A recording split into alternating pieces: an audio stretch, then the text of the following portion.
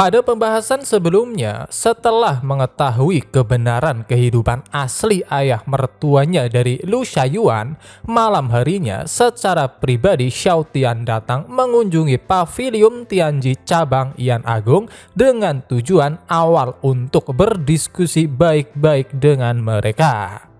Tetapi sayangnya pihak lain benar-benar meremehkan dirinya dan tak mau mengakui semua kesalahannya. Alhasil pada akhirnya Xiao Tian memusnahkan mereka semua. Masuk ke cerita saat ini.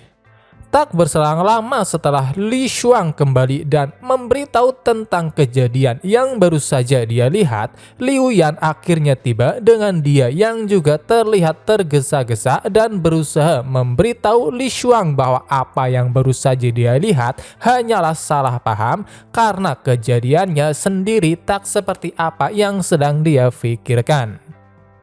Di mana kesalahpahamannya? Ketika aku pergi untuk melihatnya, Yang Mulia memeluk kepala wanita berambut ungu itu dan menciumnya dengan ganas, ucap Li Shuang yang hanya bisa membuat Liu Yan tersenyum canggung.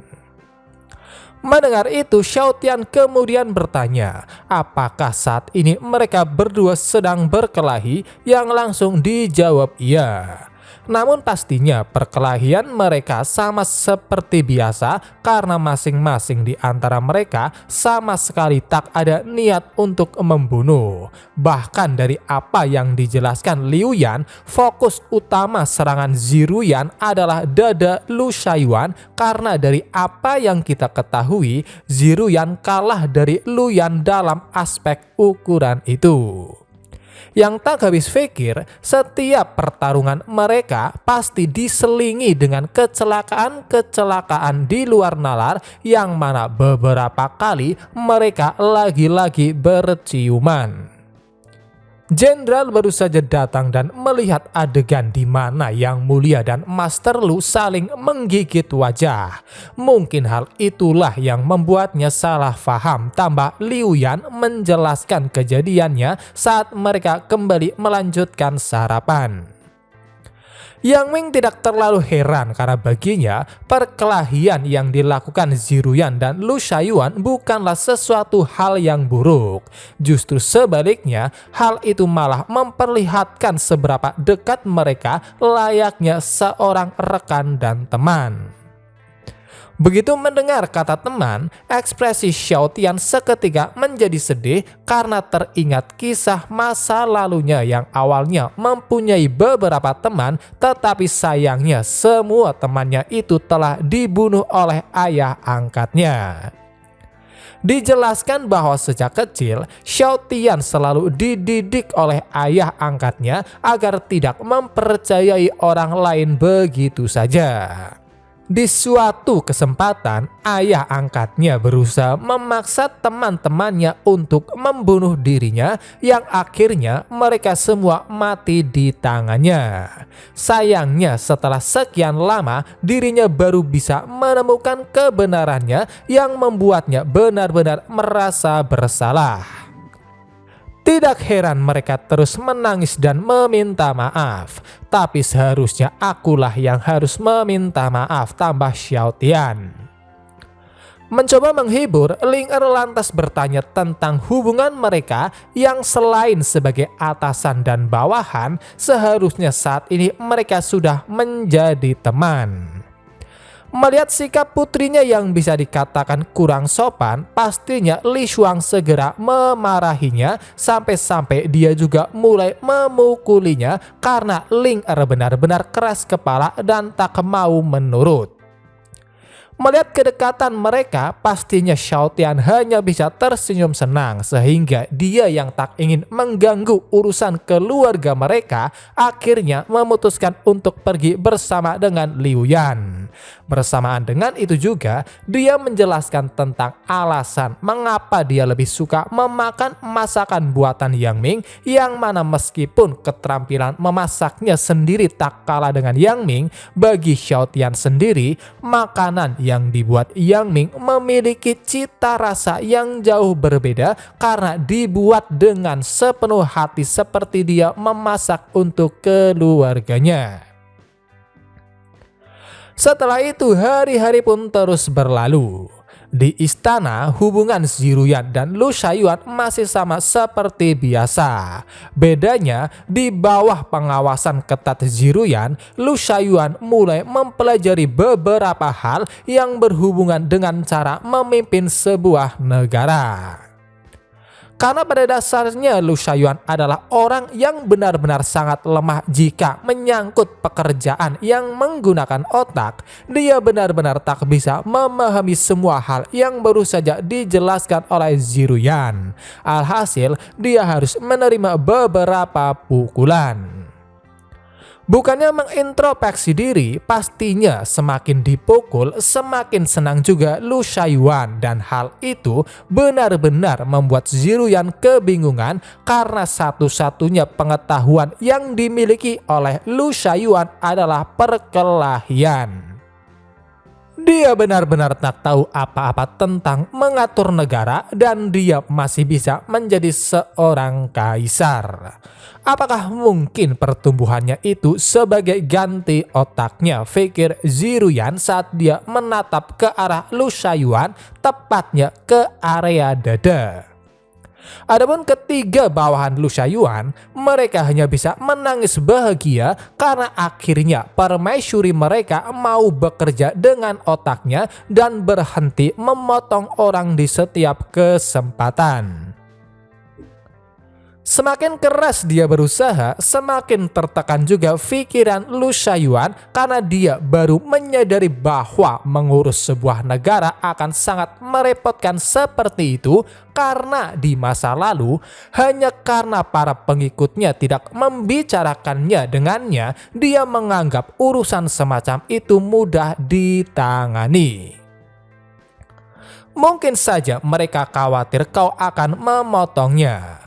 Menjadi seorang kaisar adalah pekerjaan yang sulit dan juga merupakan pekerjaan teknis. Dibutuhkan banyak kerja keras dan ada banyak hal yang harus kau pelajari, ucap Xiao Tian yang pastinya sedang bersantai sambil menemani kedua istrinya.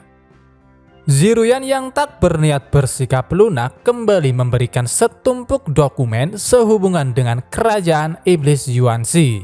Selain itu, sejumlah besar dokumen itu sebenarnya telah dipilih oleh ketiga bawahan Lu Shaoyuan.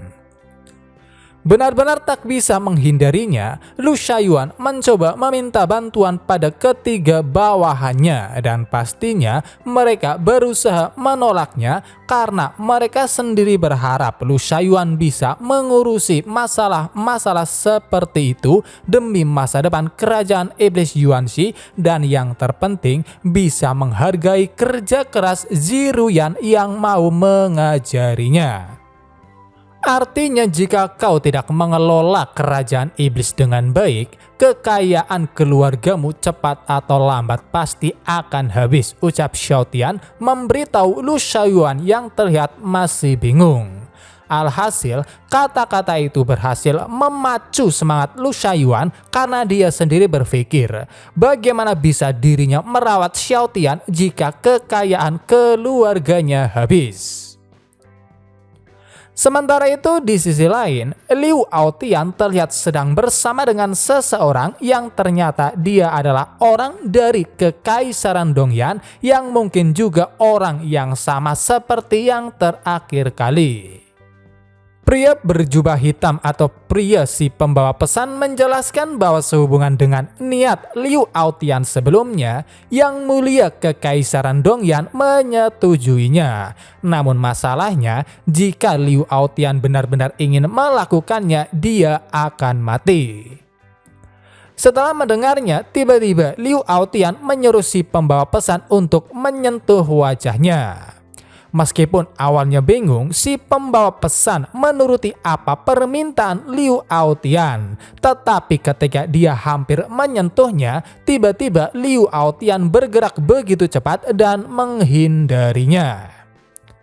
Melihat itu, si pembawa pesan tidak terlalu terkejut. Sebaliknya, dia malah memujinya karena dari apa yang dijelaskan oleh Liu Aotian sendiri, alasan utama dia bisa bergerak secepat itu karena saat ini kekuatannya telah sepenuhnya pulih, sebab sebelumnya kekuatannya ditekan oleh Zhao Tianji, sehingga karena pavilion Tianji cabang Yan Agung telah dihancurkan oleh Xiao Tian dan Zhao Tianji atau penguasa pavilion Tianji telah mati, secara otomatis segel yang menekan kekuatan Liu Aotian selama bertahun-tahun telah menghilang.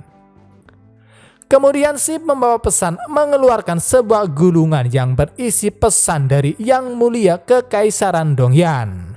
Untuk isinya sendiri pastinya berhubungan dengan rencana yang sebelumnya dibicarakan serta janji Kekaisaran Dongyan yang katanya pasti akan menjaga keluarga Liu jika rencananya berjalan dengan lancar. Selain itu, untuk mengisi kekosongan pavilion Tianji yang telah hancur, akan ada pendatang baru dari Kekaisaran Dongyan yang mana hak komando tertinggi akan diserahkan pada si pembawa pesan. Jangan mengecewakan harapanku untuk Dongyan, ucap Liu Aotian mencoba menyemangati si pembawa pesan yang ternyata juniornya. Setelah menyuruhnya pergi, Liu Aotian kemudian menulis sebuah surat yang ditunjukkan untuk Xiao Tian. Untuk isi suratnya sendiri ternyata berisi tentang Liu Aotian yang tampaknya telah mengetahui identitasnya sebagai Hades. Tak hanya itu, Liu Aotian juga berusaha mengancam yang mana dia meminta agar Xiao Tian tidak terburu-buru membunuh dirinya atau dia akan membawa seluruh orang-orang di kota kekaisaran dimakamkan bersamanya.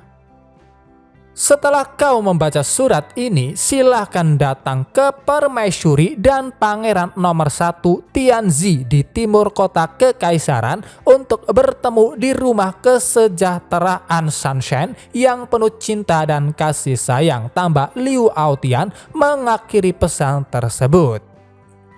Melihat ekspresi tak biasa yang ditunjukkan Xiao Tian, Liu Yan lantas bertanya ada apa.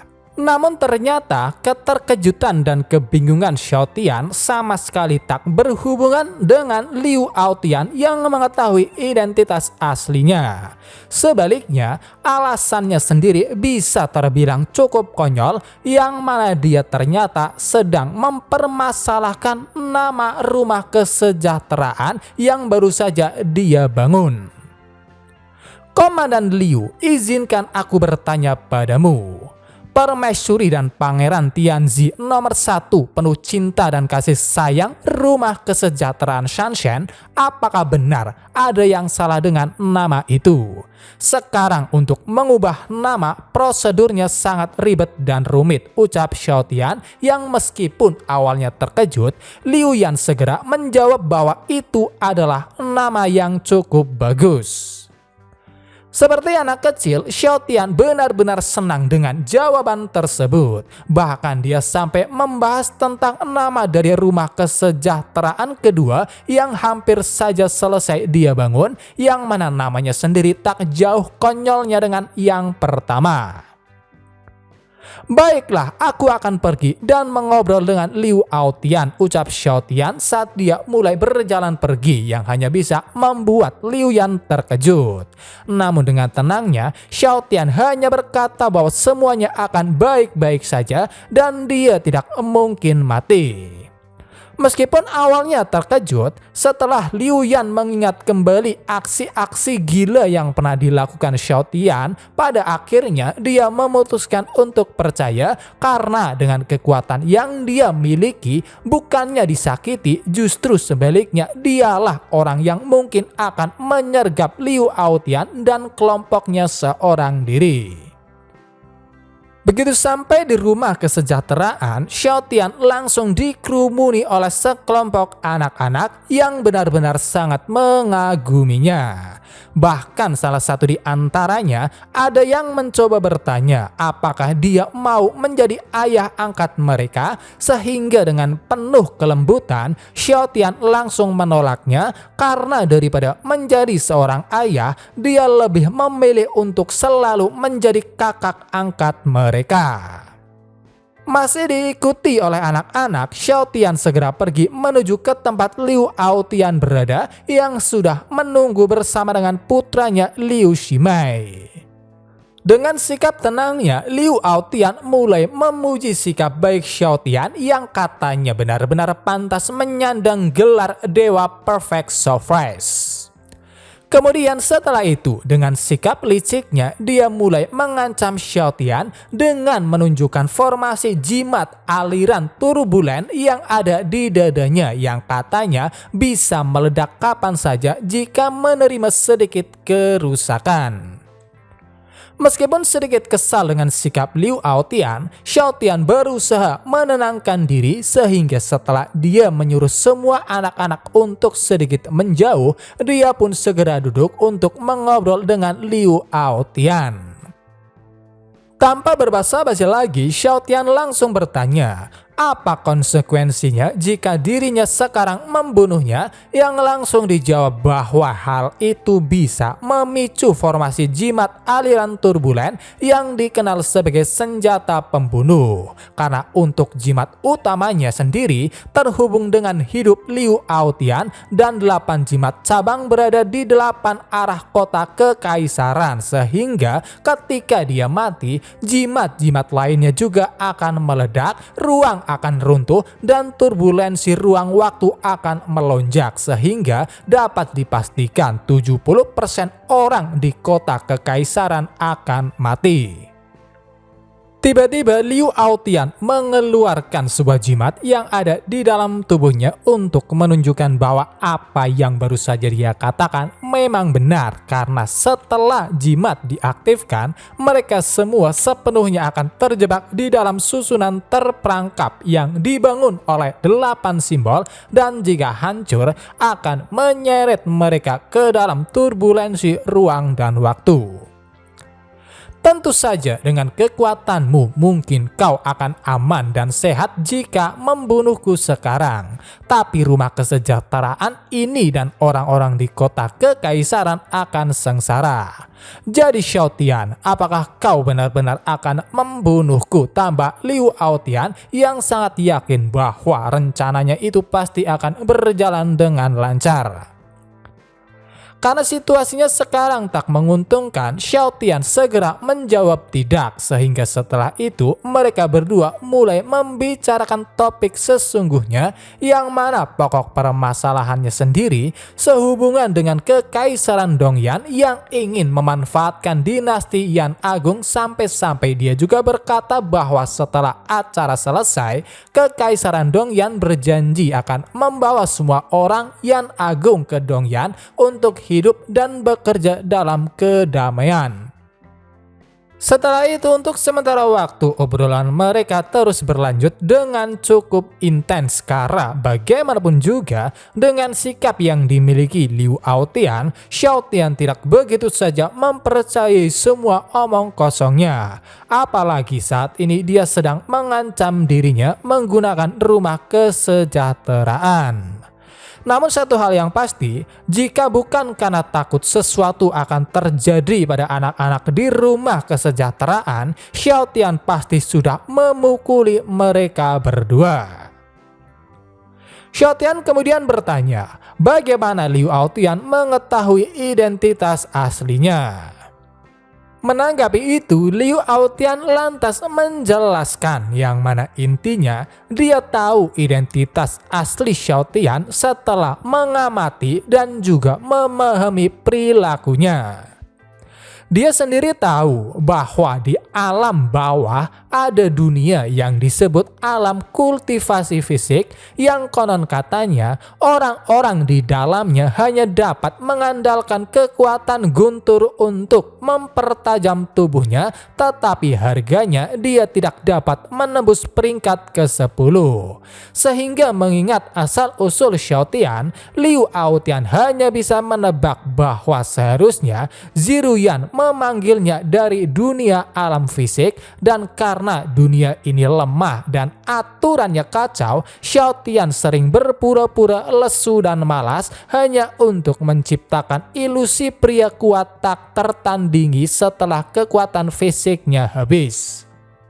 Sekali lagi Xiaotian hanya bisa dibuat terkejut, namun lagi-lagi keterkejutannya itu mengarah ke hal lain, yaitu tentang alam kultivasi fisik yang ternyata ada. Karena bagaimanapun juga, meskipun tebakan Liu Aotian tentang dirinya yang berasal dari dunia lain memang benar, tetapi nyatanya bumi bukanlah alam kultivasi fisik. Xiaotian hendak menjelaskan bahwa semua itu hanya salah paham. Namun dengan segera Liu Aotian kembali mengoceh, yang mana katanya meskipun umumnya seorang kultivator fisik tidak memiliki masa depan yang menjanjikan, bukan berarti Liu Aotian sepenuhnya tidak menyukai Xiaotian, karena menurutnya selain aspek kultivasi, dia benar-benar mengagumi kebijakannya. Namun satu hal yang pasti yang memperkuat keyakinan Liu Aotian bahwa identitas Xiaotian adalah Hades, karena setelah mengingat-ingat kembali semua kejadian-kejadian di luar nalar termasuk kemunculan Hades, semua itu terjadi setelah Ziruyan memanggilnya. Hades Xiao, meskipun kultivasi fisik tidak memiliki masa depan, tetapi di tempat ini kau yang tak terkalahkan di tingkat ke-10 terlalu menakutkan. Kekaisaran Dongyan tidak boleh kalah. Aku hanya bisa menggunakan hidupku untuk menyeretmu ke dalam air. Ini adalah rasa hormat terbesar yang kuberikan padamu, tambah Liu Aotian setelah dia mengaktifkan sebuah teknik yang mengurung mereka bertiga di dalam. Bahkan setelah itu, sekali lagi dia berusaha mengancam Xiaotian menggunakan anak-anak.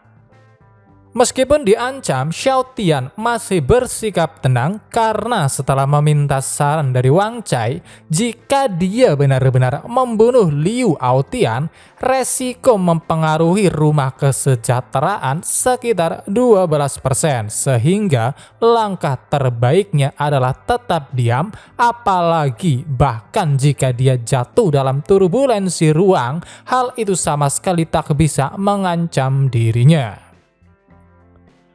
Bisakah aku merobek ruang dan melemparnya ke celah ruang? Tanya Xiaotian, yang sayangnya hal itu takkan mungkin bisa dilakukan karena menurut data analisa Wang Cai, tubuh Liu Aotian terlalu lemah untuk menahan dampak robekan ruang yang dibuat oleh Xiaotian.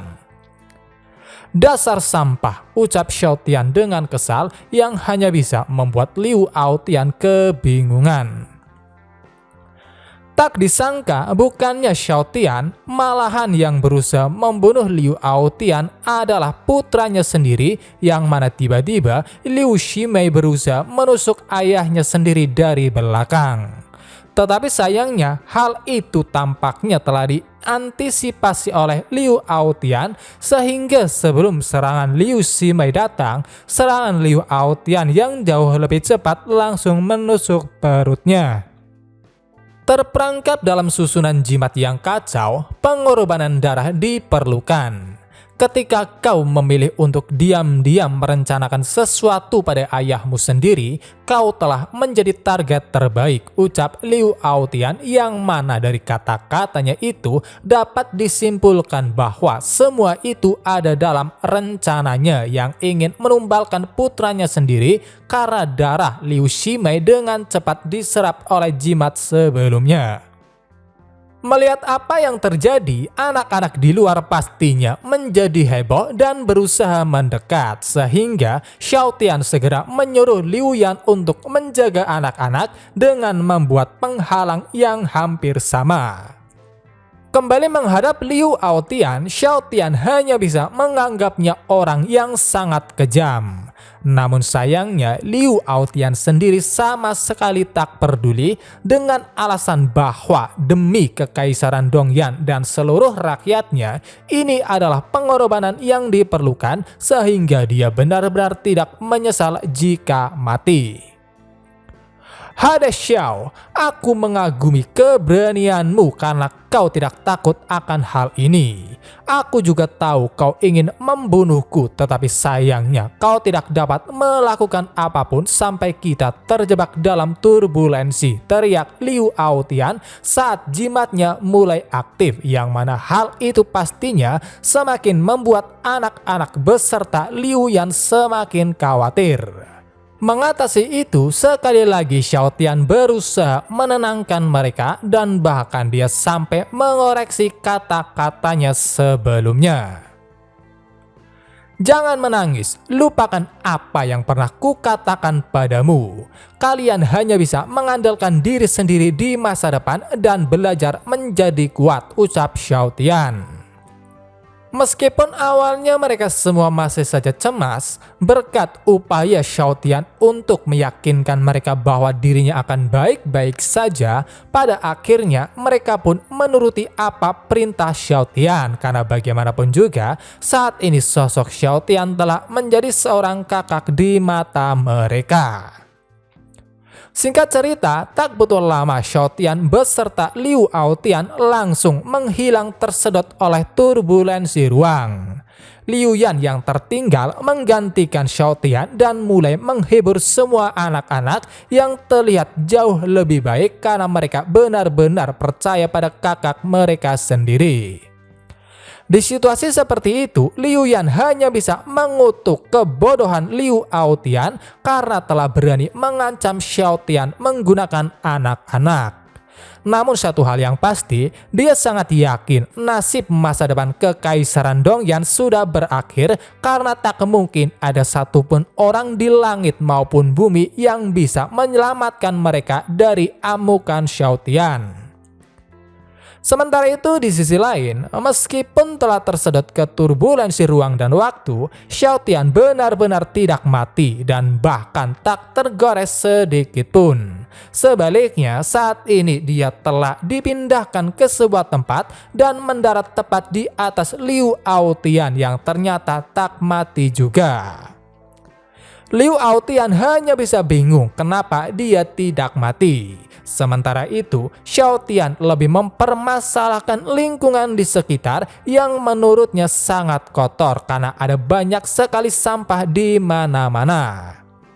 Menanggapi itu, Wang Cai lantas menjelaskan bahwa semua sampah-sampah tersebut merupakan sampah-sampah yang pernah dibuang oleh Xiao Tian ketika dia merobek ruang untuk menghemat masalah. Menurut analisa pengetahuan klasik para dewa kuno, ini harus menjadi pengaturan yang ditargetkan untuk dunia Tandus Selatan. Begitu ada perilaku merobek ruang dan bepergian di dunia perbatasan Tandus Selatan, secara otomatis itu akan dikirim ke tempat ini. Pengaturan ini mungkin ada hubungannya dengan ayah mertua Master, tambah Wang Cai. Tak seperti Xiao Tian yang akhirnya memahami permasalahannya, di sisi lain entah mengapa Liu Aotian mulai berteriak bahagia karena ternyata tempat mereka saat ini merupakan peninggalan naga suci. Mencoba mencari tahu, setelah itu mereka berjalan mendekati bangunan satu-satunya di tempat itu bersamaan dengan Liu Aotian yang terus mengoceh seolah-olah sedang memberitahu Xiao Tian tentang penemuan besar mereka itu. Ketika mereka sedang mengobrol, seseorang datang dan memberitahu bahwa tempat mereka sekarang adalah reruntuhan naga suci sehingga siapa saja tidak boleh membuat keributan. Untuk identitas dari orang tersebut, ternyata ketiganya merupakan orang-orang dari Aula Jiwa Hitam yang sebelumnya dilempar oleh Xiao Tian ke celah ruang. Untuk namanya sendiri, Bai Xinglian, Liang, dan juga Li Shunhua. Melihat ketiganya, Liu Aotian benar-benar bingung karena yang dia tahu seluruh Aula Jiwa Hitam telah musnah. Bai Xinglian masih bersikap sombong, berbeda dengan keduanya yang terlihat mulai gemetar ketakutan yang pastinya hanya bisa membuat Bai Xinglian kebingungan. Tetapi ketika dia juga menengok ke arah yang dilihat keduanya, keterkejutan langsung menghampirinya, apalagi dengan riangnya Xiao Tian mulai menyapa. Sekuat tenaga mereka bertiga segera berbalik untuk pergi, tetapi di detik berikutnya Xiao Tian sudah berpindah tepat di hadapan mereka. Kalian bayar kembali uangnya, kalian bertiga masih berutang 5 juta batu roh padaku, ucap Xiao Tian yang pastinya hanya bisa membuat ketiganya kebingungan. Setelah ditanya dan mereka bertiga sama-sama menggelengkan kepala karena tidak tahu, dengan terpaksa Xiao Tian mulai menjelaskan tentang pokok permasalahannya sesuai dengan apa yang terjadi, yang mana kekonyolannya itu hanya bisa membuat Liu Aotian terheran-heran. Apalagi secara langsung dia bisa melihat Bai Xinglian begitu ketakutan. Lagi-lagi ada seseorang yang menyela, dan kali ini adalah roh naga suci yang pastinya kemunculannya itu hanya bisa membuat Liu Aotian terkejut sekaligus senang. Adapun Xiao Tian, dia lebih takjub akan kemunculan roh naga suci yang menurutnya benar-benar seperti Raja Naga di serial Dragon Ball, meskipun perbedaannya dia bisa berubah menjadi manusia.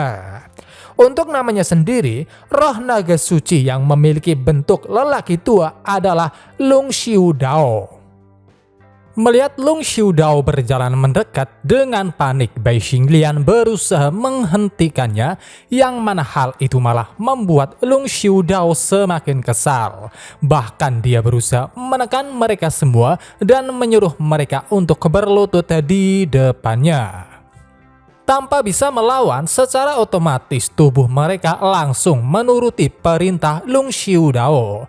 Tetapi hal itu tak berlaku pada Xiao Tian karena bukannya dia yang berlutut, justru sebaliknya Lung Xiu Dao lah yang tiba-tiba berlutut tepat di hadapan Xiao Tian, yang mana hal itu pastinya benar-benar membuat semua orang kebingungan, khususnya Lung Xiu Dao sendiri. "Orang tua, mengapa kau berlutut?" tanya Xiao Tian yang semakin membuat Lung Xiu Dao kebingungan. Bahkan wajahnya terlihat mulai pucat karena serangannya sama sekali tak berpengaruh pada Xiao Tian, padahal dia telah menggunakan kekuatan jiwa dan paksaan roh naga. Mengesampingkan semua itu, Lung Xiu Dao yang benar-benar tak terima dirinya dipermainkan oleh seorang manusia pastinya kembali diliputi dengan rasa marah. Bahkan dia mulai menyerap kekuatan di sekitar, yang mana kekuatan tersebut mewujudkan bentuk seekor naga yang berdiri kokoh di belakangnya. "Sekarang berlututlah pada orang tua ini," ucap Lung Xiu Dao dengan sikap sombongnya, yang mana lagi-lagi dia hanya bisa dibuat terkejut karena tiba-tiba Xiao Tian mulai memancarkan aura emas yang juga membentuk naga, dan bahkan ada 2 ekor, dan pastinya levelnya jauh lebih tinggi jika dibandingkan dengan naga kecil milik Lung Xiu Dao yang langsung menghilang setelah ditekan oleh aura naga milik Xiao Tian. Bagaimana mungkin berkat yang telah diberikan Kaisar Manusia padaku telah sepenuhnya terhapus? Bagaimana mungkin ada ilusi kesungguhan yang menakutkan di belakang pemuda ini, pikir Lung Xiu Dao, sehingga dengan ekspresi ketakutannya dia berusaha menanyakan identitas asli Xiao Tian, yang langsung dijawab bahwa meskipun dia hanyalah orang biasa, tetapi dia juga keturunan naga. Namun satu hal yang pasti, meskipun Xiao Tian tak begitu mengetahuinya, dia benar-benar sangat bahagia karena bisa mewujudkan aura seperti itu yang menurutnya sangatlah keren. Lung Xiudao pastinya benar-benar tak mengira bahwa orang yang dia tantang merupakan seorang keturunan naga. Oleh karena itu, yang dapat dia lakukan hanyalah menyalahkan Bai Xinglian dan keduanya yang tak memberitahunya sejak awal. Ini semua salah kalian. Kalian bertiga berteriak dan mengganggu tuan ini. Bahkan di depanku dan tuan ini kalian menghalangi dan menabur perselisihan. Kalian benar-benar sampah, teriak Lung Xiudao sebelum akhirnya dia melepaskan sebuah serangan dan memusnahkan ketiganya. Alhasil, hal itu benar-benar membuat Xiao Tian marah karena bagaimanapun juga ketiganya masih berutang 5 juta batu roh padanya.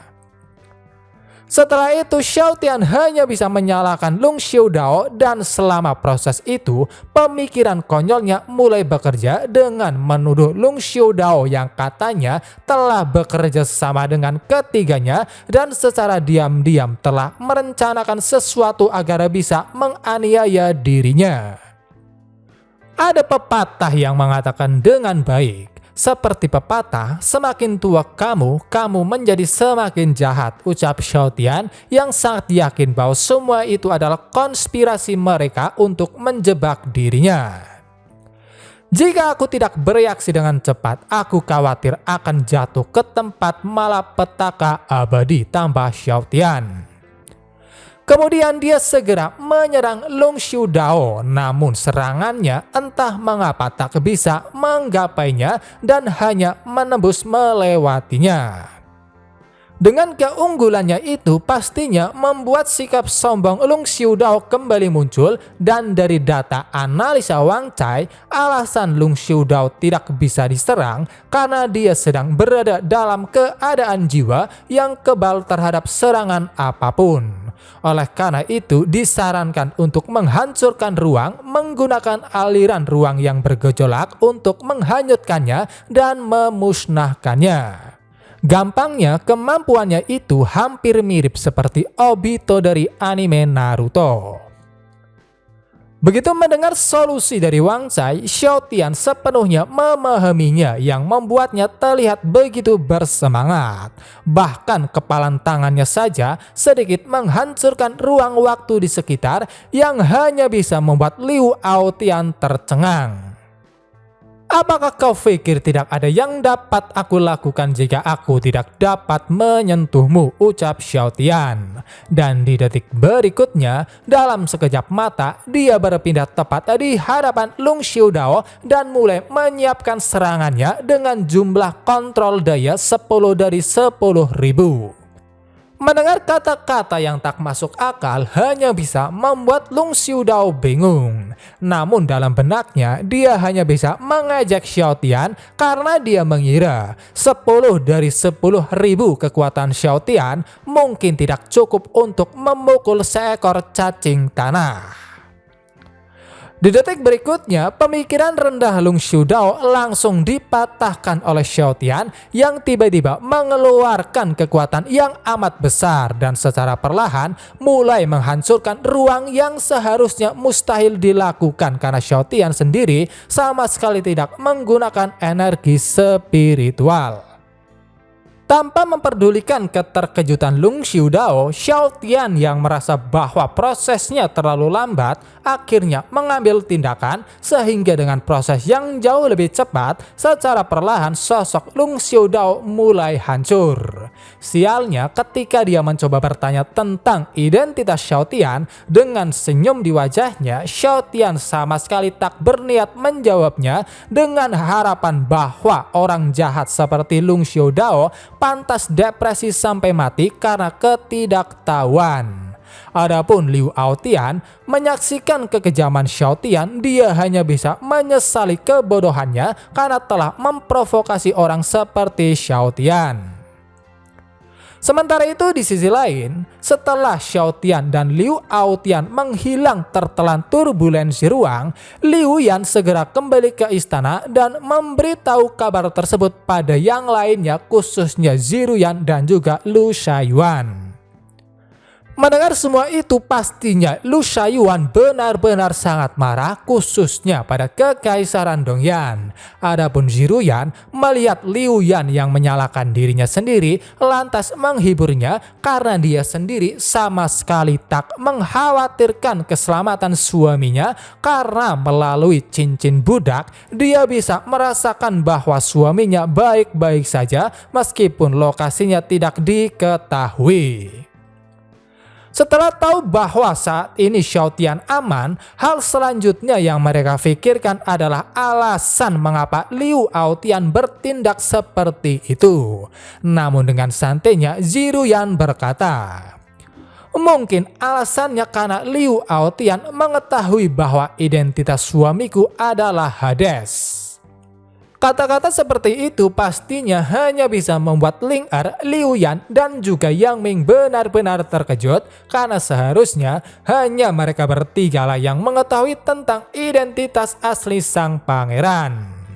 Tak jauh berbeda, Li Shuang dan Lu Shaiyuan juga sama. Namun karena Xiao Tian sama sekali tak memiliki ranah, Lu Shaiyuan sedikit mempertanyakannya, yang langsung dijawab bahwa kemungkinan besar alasannya karena suaminya berasal dari dunia kultivasi fisik.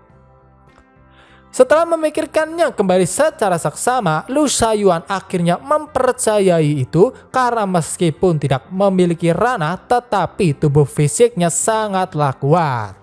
Adapun alasan utama mengapa Ziruyan mengetahui tentang identitas asli suaminya pastinya berhubungan dengan Ling Er, yang mana dengan kepribadiannya dia sangat yakin tidak mungkin bagi Ling Er untuk mengikuti suaminya jika suaminya tidak memiliki keahlian apapun.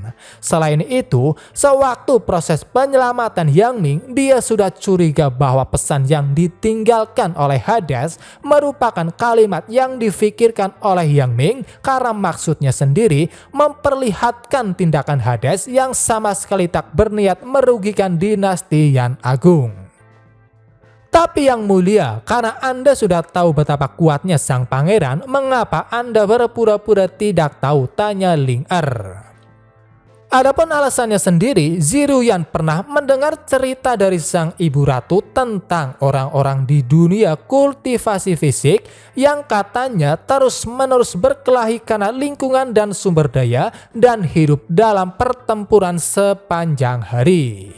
Oleh karena itu, mendengar permintaan suaminya yang ingin menjadi pangeran pemalas, dia sangat yakin bahwa suaminya sudah lelah membunuh, sehingga yang dapat dia lakukan sebagai seorang istri adalah berpura-pura tidak tahu, apalagi suaminya sudah banyak membantu dirinya. Dia bahkan akan bahagia dalam tidurnya dan dia akan bersorak merayakan setelah bangun dari tidur siang yang sempurna.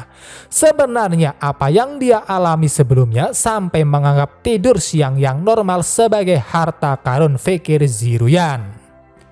Dengan kapasitas otaknya saat ini, setelah penjelasan panjang lebar Ziruyan, Lu Shaiyuan akhirnya mulai memahami sepenuhnya tentang kekuatan Xiao Tian yang diyakini tak mungkin terkalahkan meskipun lawannya berada di ranah Shen tingkat ke-10. Bahkan di area khusus dinasti Yan Agung, kemungkinan besar dia bisa melawan langit, sehingga tak heran Liu Aotian ingin membawanya pergi karena sosok Xiao Tian bisa menjadi ancaman terbesar Kekaisaran Dongyan. Mengapa dalam hal bertarung otakmu tiba-tiba bersinar, ucap Ziruyan. Alhasil sama seperti biasa, setelah itu mereka berdua mulai bertengkar satu sama lain, yang hanya bisa membuat Ling Er, Liu Yan, dan Yang Ming bingung harus berbuat apa dan berharap sang pangeran agar cepat kembali. Setelah pertengkaran singkat, mereka berdua merasa segar kembali dan melanjutkan pembicaraan. Ziruyan berkata bahwa ketika saatnya tiba, dia akan memberi Lu Shaoyuan 3 hadiah ekstra kecil untuk mengatur negaranya. Mengabaikan semua itu, Lu Shaoyuan malah membicarakan tentang aura Ziruyan yang tampaknya semakin matang sehingga segel giok kekaisaran akan memadatkan keberhasilan keberuntungan nasional. Aku tahu, aku bisa merasakannya, ucap Ziruyan bersamaan dengan dia yang menunjukkan segel gioknya. Dan dari analisa Lu Shaoyuan, itu semua akan selesai dalam waktu kurang dari sebulan, yang mana di waktu itulah Kekaisaran Dongyan dan Pavilion Tianji memulai aksinya. Paman Zong, mulai hari ini dan seterusnya kau akan menggantikan Liu Aotian sebagai Perdana Menteri Yan Agung. Semua materi di bawah Liu Aotian disingkirkan, digantikan dengan mereka yang telah dipersiapkan sebelumnya. Departemen Intelijen segera menyebar untuk memantau segala sesuatu di sekitar dan setiap pergerakan angin dan rumput harus diketahui. Aku nyatakan dinasti Yan Agung memasuki keadaan perang dan aku secara pribadi akan bertindak sebagai komandan tertinggi dengan Jenderal Zong sebagai wakil komandan yang siap menghancurkan ancaman yang akan datang, ucap Ziruyan memberikan perintah. Karena saat ini kerajaan iblis Yuanxi sedang dipantau, Lu Shaoyuan berkata bahwa dia tidak dapat memobilisasi kekuatan eksternalnya untuk membantu, sehingga dia yang sedikit cemas mencoba bertanya apakah Ziruyan benar-benar tidak takut bertarung melawan pihak lain yang mungkin jumlahnya jauh lebih banyak. Menanggapi itu, dengan santainya Ziruyan berkata bahwa dia sama sekali tidak takut, apalagi semua itu bukan hanya untuk melindungi pondasi yang ditinggalkan oleh ayahnya dan juga 2 saudaranya, tetapi juga untuk melindungi rakyat Yan Agung, karena bahkan jika dinasti Yan Agung adalah dinasti palsu, Ziruyan benar-benar menganggap bahwa seluruh rakyat di dalamnya adalah keluarganya. Namun satu hal yang pasti, mungkin hanya dengan melakukan itu dia dapat pergi dan menemukan suaminya dan membawanya pulang. Jangan khawatir, aku pasti akan selalu bersamamu, ucap Lu Shaoyuan. Kembali lagi ke Xiao Tian. Saat ini dia sedang menanyai Liu Aotian untuk mencari tahu jalan pulang. Namun sayangnya Liu Aotian hanya bisa gemetar ketakutan dan sama sekali tak bisa mengeluarkan kata-kata. Melihat kegugupan Liu Aotian, dengan baik hati Xiao Tian membantunya berdiri. Bahkan dia juga membantu mengelap keringatnya setelah merobek bajunya, yang mana hal itu pastinya membuat Liu Aotian semakin ketakutan sampai tak berani bergerak. Dengan tingkah konyolnya, Xiao Tian terus menggoda Liu Aotian. Bahkan dia juga menyuruhnya untuk menebak ide cemerlang apa yang baru saja muncul di kepalanya, yang sayangnya Liu Aotian berkata bahwa dia tidak bisa menebaknya. Tentu saja rencanaku sangat cerdas, kau tidak mungkin bisa menebaknya. Aku akan pergi ke Kaisaran Dongyan dan membunuh kaisarmu. Bukankah itu tidak apa-apa, ucap Xiao Tian yang semakin membuatnya sangat bangga karena Liu Aotian benar-benar tidak dapat berbicara. Setelah itu, untuk sementara waktu, Xiao Tian terus memberikan beberapa patah kata pada Liu Aotian sehubungan dengan niatnya yang ingin membunuh kaisar bodoh dari Kekaisaran Dongyan dan membiarkan istrinya mengambil alih, yang mana katanya tujuan akhir dari semua itu demi kehidupan baik orang-orang Kekaisaran Dongyan serta orang-orang dari dinasti Yan Agung di wilayah Tandus Selatan. Awalnya Liu Aotian meragukan usulan Xiao Tian. Namun pada akhirnya dengan otak sederhananya yang dimiliki Liu Aotian yang benar-benar telah terkontaminasi oleh hasutan konyol Xiaotian, pada akhirnya dia pun menyetujui usulan tersebut. Benar-benar mempercayainya. Setelah itu dengan penuh percaya diri, Liu Aotian mulai menjelaskan tentang semua hal yang ingin diketahui Xiaotian. Sialnya, setelah informasi yang dikumpulkan cukup, Xiaotian langsung mencekiknya. Dalam sejarah masa lalu, sebagian besar orang yang meninggalkan jejak kuat telah meninggal dunia. Kau adalah orang yang sangat penakut. Kau pasti tidak berani mati, jadi biarkan aku membantumu. Lihatlah betapa baiknya aku. Bahkan jika kau mengancamku dengan orang yang tidak bersalah, aku masih akan meninggalkan namamu dalam sejarah. Jadi aku benar-benar memiliki hati yang baik, ucap Xiaotian dengan senyum di wajahnya yang meskipun terlihat ramah, tetapi dari sudut pandang Liu Aotian itu merupakan senyuman yang sangat menakutkan. Di situasi seperti itu, Liu Aotian berusaha memohon ampun, tetapi sayangnya Xiaotian sama sekali tak memberinya kesempatan dan langsung membunuhnya. Bahkan setelah itu, dia yang tak tega meninggalkan mayat Liu Aotian begitu saja, segera menghancurkannya tanpa sisa. Setelah berurusan dengan Liu Aotian, Xiaotian kemudian menyuruh Wang Cai untuk memulai navigasi pergi ke Kekaisaran Dongyan.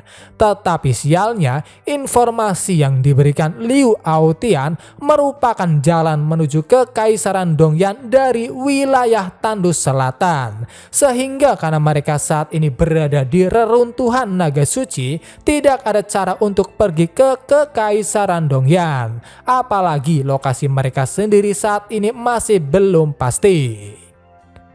Mendengar penjelasan tersebut pastinya benar-benar membuat Xiaotian terkejut sekaligus kesal karena dia telah membuat persiapan yang matang tetapi pada akhirnya tidak dapat pergi dan malah tersesat.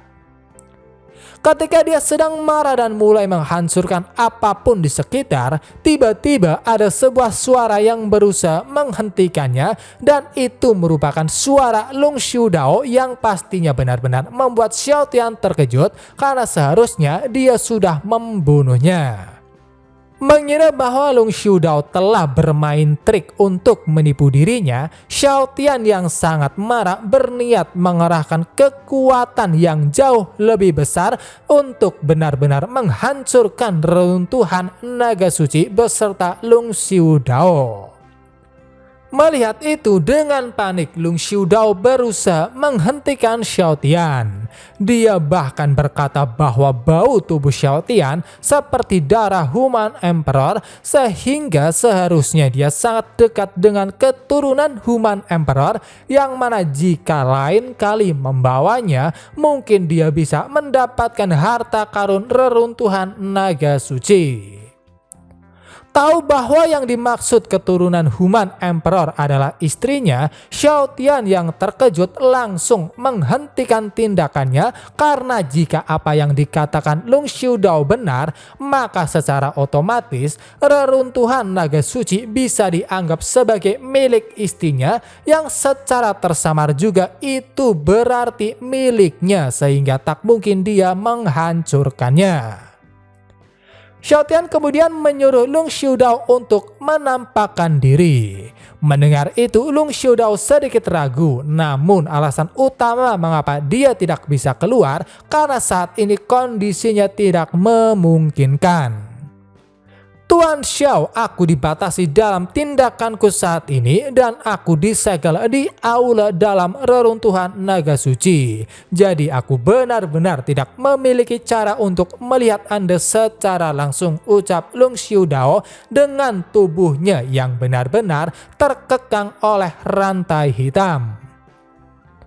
Pada akhirnya Xiaotian memutuskan untuk pergi menemui Long Xiudao secara langsung. Melihat itu, Lung Xiudao berusaha menghentikannya karena jika pintu masuk ke aula dalam didobrak secara paksa dan segala diangkat, maka reruntuhan naga suci akan meledak. Tidak masalah, yang disebut aturan di pihakmu tidak dapat mengendalikanku yang seorang keturunan Cina, ucap Xiao Tian dengan santai karena apa yang dia katakan memanglah benar, yang mana dirinya dapat mengabaikan aturan dan peraturan apapun dan memiliki kemampuan untuk menekan konstitusi garis keturunan apapun. Oke semua, mungkin cukup sampai di sini dulu video pembahasan kali ini. Terima kasih buat kalian yang sudah menonton dan sampai jumpa lagi di video-video berikutnya.